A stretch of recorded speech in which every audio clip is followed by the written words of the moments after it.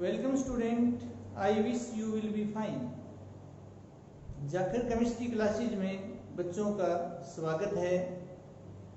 Last lecture में हमने पढ़ा बेटा variation of conductivity and molar conductivity with dilution और concentration, Kohlrausch's law and its application.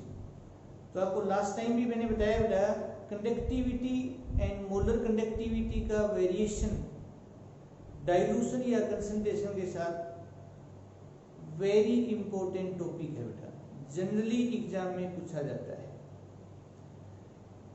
जैसे बेटा how does a conductivity of an electrolyte very with dilution. ये आ जाए बेटे कि एक इलेक्ट्रोलाइट की कंडक्टिविटी डाइल्यूशन के साथ कैसे वेरी करेगी।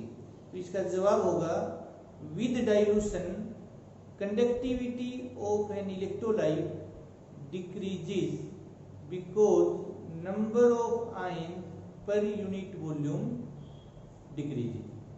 और ऐसे आ जाए how does conductivity of strong electrolyte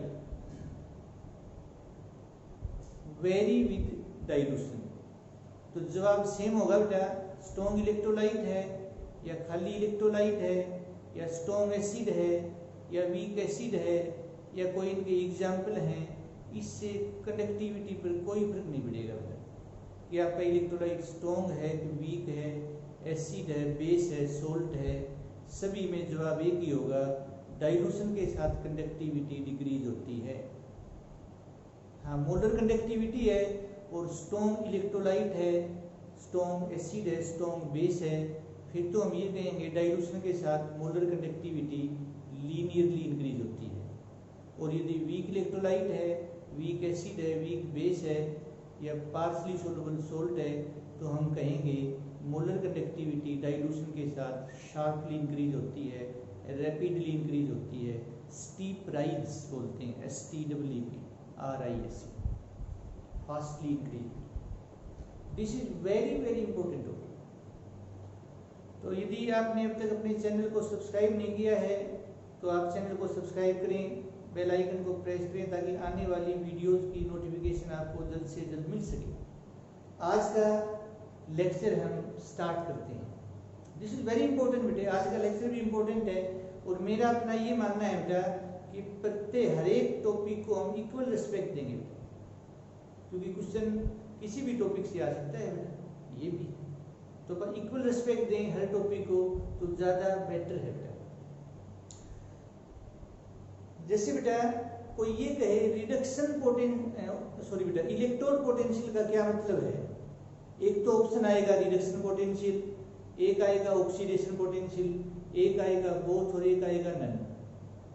तो हमारा आंसर होगा बोथ बेटा, क्योंकि इलेक्ट्रोड पोटेंशियल रिडक्शन भी होता है और ऑक्सीडेशन भी होता है। लेकिन ये आ जाएगी next equation, electrode potential mean एक आएगा रिडक्शन, एक ऑक्सीडेशन, एक बोथ, एक नन, तो हमारा जवाब होगा रिडक्शन। नेक्स्ट इक्वेशन में रिडक्शन पोटेंशियल लेते हैं।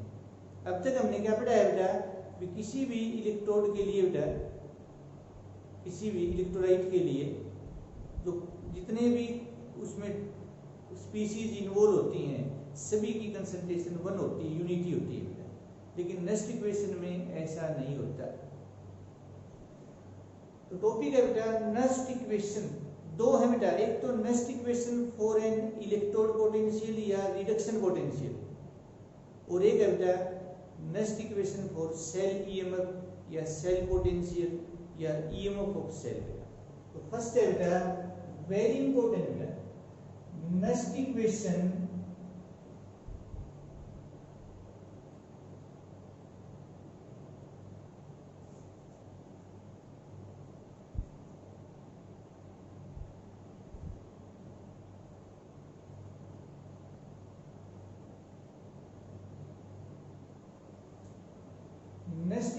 फॉर इलेक्ट्रोड पोटेंशियल अंडरस्टूड है बेटा, ये रिडक्शन पोटेंशियल है।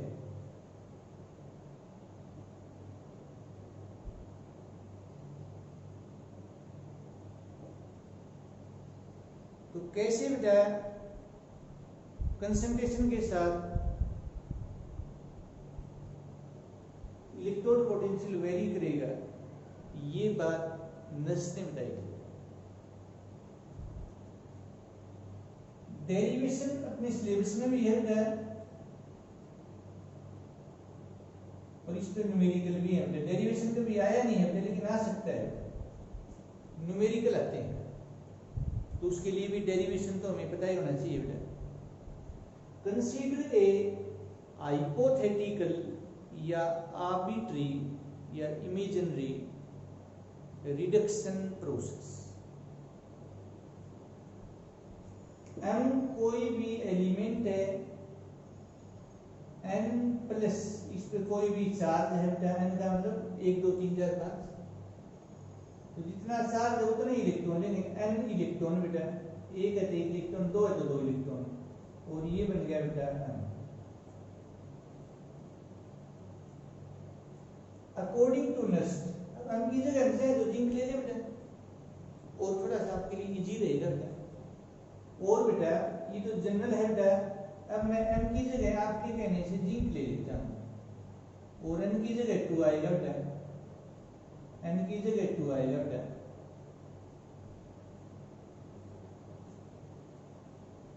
कॉपर भी ले सकते थे, कैल्शियम भी ले सकते थे।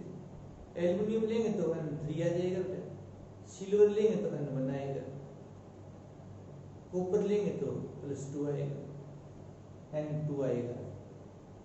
अकॉर्डिंग टू नस्ट, नस्ट के अनुसार E किसके बराबर है बेटा? E0 minus RT by NF ln natural logarithm product की कंसंट्रेशन अपॉन बेटा रिएक्टेंट की कंसंट्रेशन, और यहाँ E के नीचे Zn di positive by Zn, यहाँ भी Zn di positive by Zn, कोई दिक्कत नहीं। अब क्या करें बेटा, अगले स्टेप में P की जगह लिख देंगे जिंक, अगले स्टेप में यहाँ लिख दिया बेटा जिंक, और यहाँ लिखेंगे बेटे जिंक आयन, यहाँ लिखेंगे बेटा जिंक आयन।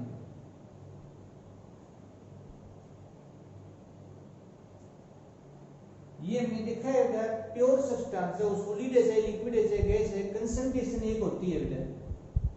तो जिंक सॉलिड है बेटा, प्योर सब्सटेंस है, तो इसकी कंसंट्रेशन एक हो जाएगी।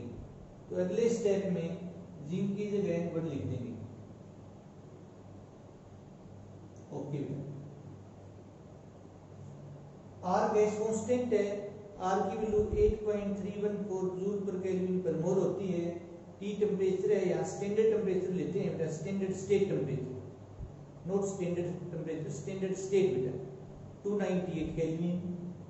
अब फैराडे कांस्टेंट है 96,487 96487 कूलम पर मोल। एन तो कितना भी हो सकता है बेटा, 1 2 3, यहाँ तो N2 है। ln नेचुरल लॉगरिथम, ln की वैल्यू 2.303 log बेस 10 होती है। ये वैल्यू पुट करने के बाद हमें क्या मिलेगा, मल्टीप्लाई करेंगे बेटा E0 माइनस 0.0591 भी होता है, वैसे मत लिखो, अपॉन n की जगह 2 भी लिख सकते हैं बेटा, लेकिन यहाँ कोई n लिख दो बेटा, और log बेटा 1 upon concentration of zinc ion. This is Nernst equation for electrode potential। तो क्योंकि यहाँ तो हमने जिंक ले लिया, इलेक्ट्रॉन पता है N2 है, 2 भी लिख सकते हैं, बाकी यहाँ की जगह कॉपर 1 प्लस लेंगे तो N1 हो जाएगा, एल्युमिनियम 3 प्लस लेंगे N3 हो जाएगा। और बेटा एक और इक्वेशन आ जाएगी, E is equal to E0 minus 0 plus बेटा 0.059 आगे 1 में से मत लिखो, अपॉन n की जगह 2 भी लिख सकते हो, log बेटा। ये मैथ की बात है, जनरल मैथमेटिक्स। तो जिंक का एंड डिनोमिनेटर में आ गया बेटा। इन दोनों इक्वेशन में बेटा कोई डिफरेंस नहीं है। अब न्यूमेरिकल में ये वैल्यू गिवन होगी, ये हमसे पूछेंगे n की वैल्यू पता लीजिए कितने इलेक्ट्रॉन n का number of electron involved in reduction process, और इसकी कंसंट्रेशन हमें मिलेगी 0.1 या 0.01 या 0.001 या 10 टू पावर -1 10 टू पावर -2, कोई परेशानी नहीं है। This is next equation for electrode potential. अब हम बात करते हैं बेटा next equation for EMF of cell. तो उसके लिए आप पहले एक जनरल इक्वेशन लो बेटा। जनरल कैसे बेटा, हमने कोई भी एटम ले लिया बेटा और n लिया है, ये भी कोई एटम है, इस पर n प्लस चार्ज है। m ज्यादा रिएक्टिव n से तो ऑक्सीडेशन हो जाएगा और ये न्यूट्रल हो जाएगा। और बेटा डेनियल सेल की बात करते हैं। m की जगह मैं जिंक लेता हूं और n की जगह मैं कॉपर लेता हूं, और n की जगह 2 बेटा, प्लस की जगह प्लस बेटा।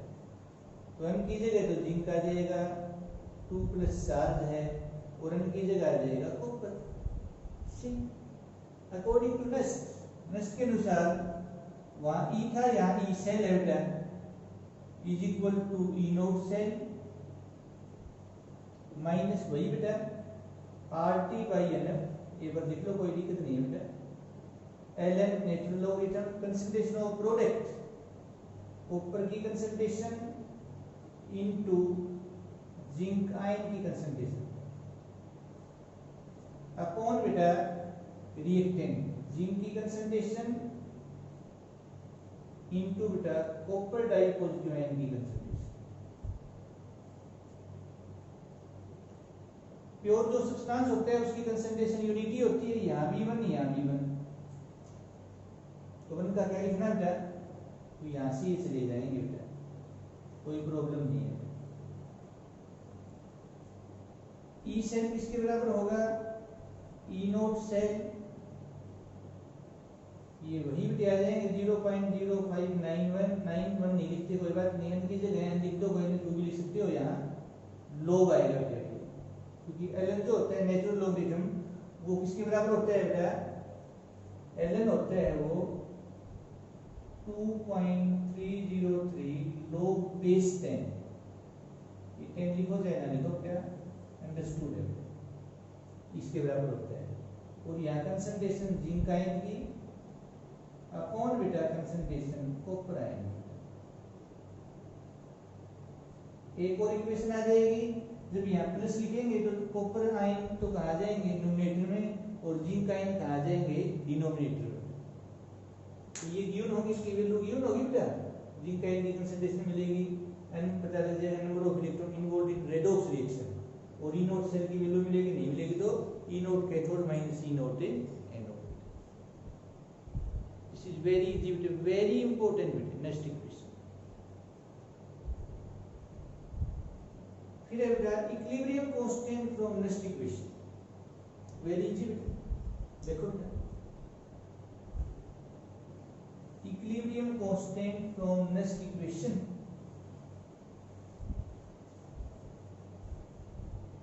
this is equilibrium constant from next equation।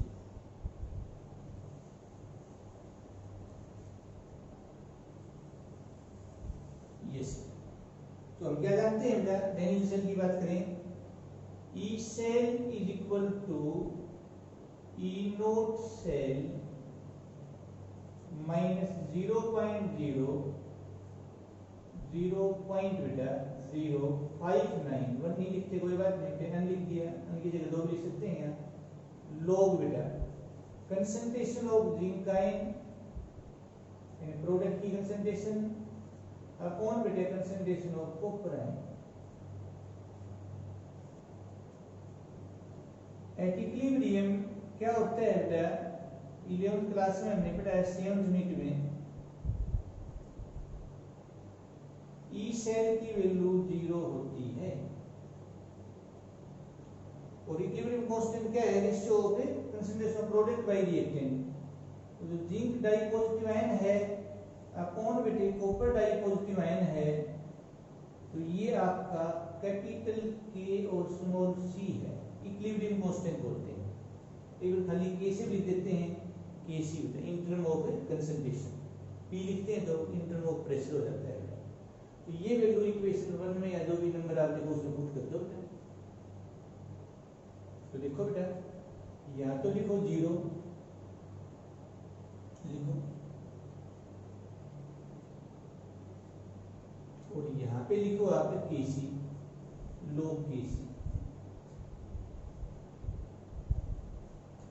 अब क्या होगा, ई नोट सेल को वही रहने दो, और ये माइनस का प्लस का हो जाएगा 0.0591, 1 नहीं लिखते कोई बात नहीं, अपॉन लोग केसी। तो ये रिलेशन आ गया। तो याद रखना, at equilibrium E cell is equal to 0, E naught cell is not equal to 0। देखो बेटा, ई नोट सेल तो 0 तभी होगा जब कंसंट्रेशन सेल होंगे। अपना सिलेबस में प्लस 2 में जिक्र नहीं है बेटा, कंसंट्रेशन सेल वो होती है जिसमें कैथोड भी वही इलेक्ट्रोड होगा, एनोड भी वही इलेक्ट्रोड होगा बेटा, तो वहाँ ई नोट सेल की वैल्यू 0 आती है। इक्विलिब्रियम पर ई सेल 0 होता है, ई नोट सेल 0 नहीं होता। तो हमें ई नोट सेल पता है नहीं, तो ई नोट सेल का फार्मूला होता है अपनी बहुत ही बढ़िया, ई नोट कैथोड माइनस बेटा E naught anode, n number of electron involved in rate of reaction, तो हम Kc की वैल्यू बता देंगे। लॉग उधर जाएगा तो एंटी लॉग हो जाएगा। लॉग की या एंटी लॉग की जो भी वैल्यू होती है न्यूमेरिकल में, सीबीएसई बोर्ड की हम बात करें तो ब्रैकेट में क्यों होती है, बाकी इसको हमारा से बताएं भी, आपको कोई दिक्कत नहीं आएगी। तो उम्मीद है बेटा आप बच्चों को आज का लेक्चर समझ आया होगा। यदि आपको आज का लेक्चर समझ आया है तो आप इस वीडियो को लाइक करें, अपने दोस्तों में शेयर करें, और कोई भी आपकी केमिस्ट्री की प्रॉब्लम है तो कमेंट बॉक्स में कमेंट करें। Thank you and have a nice day.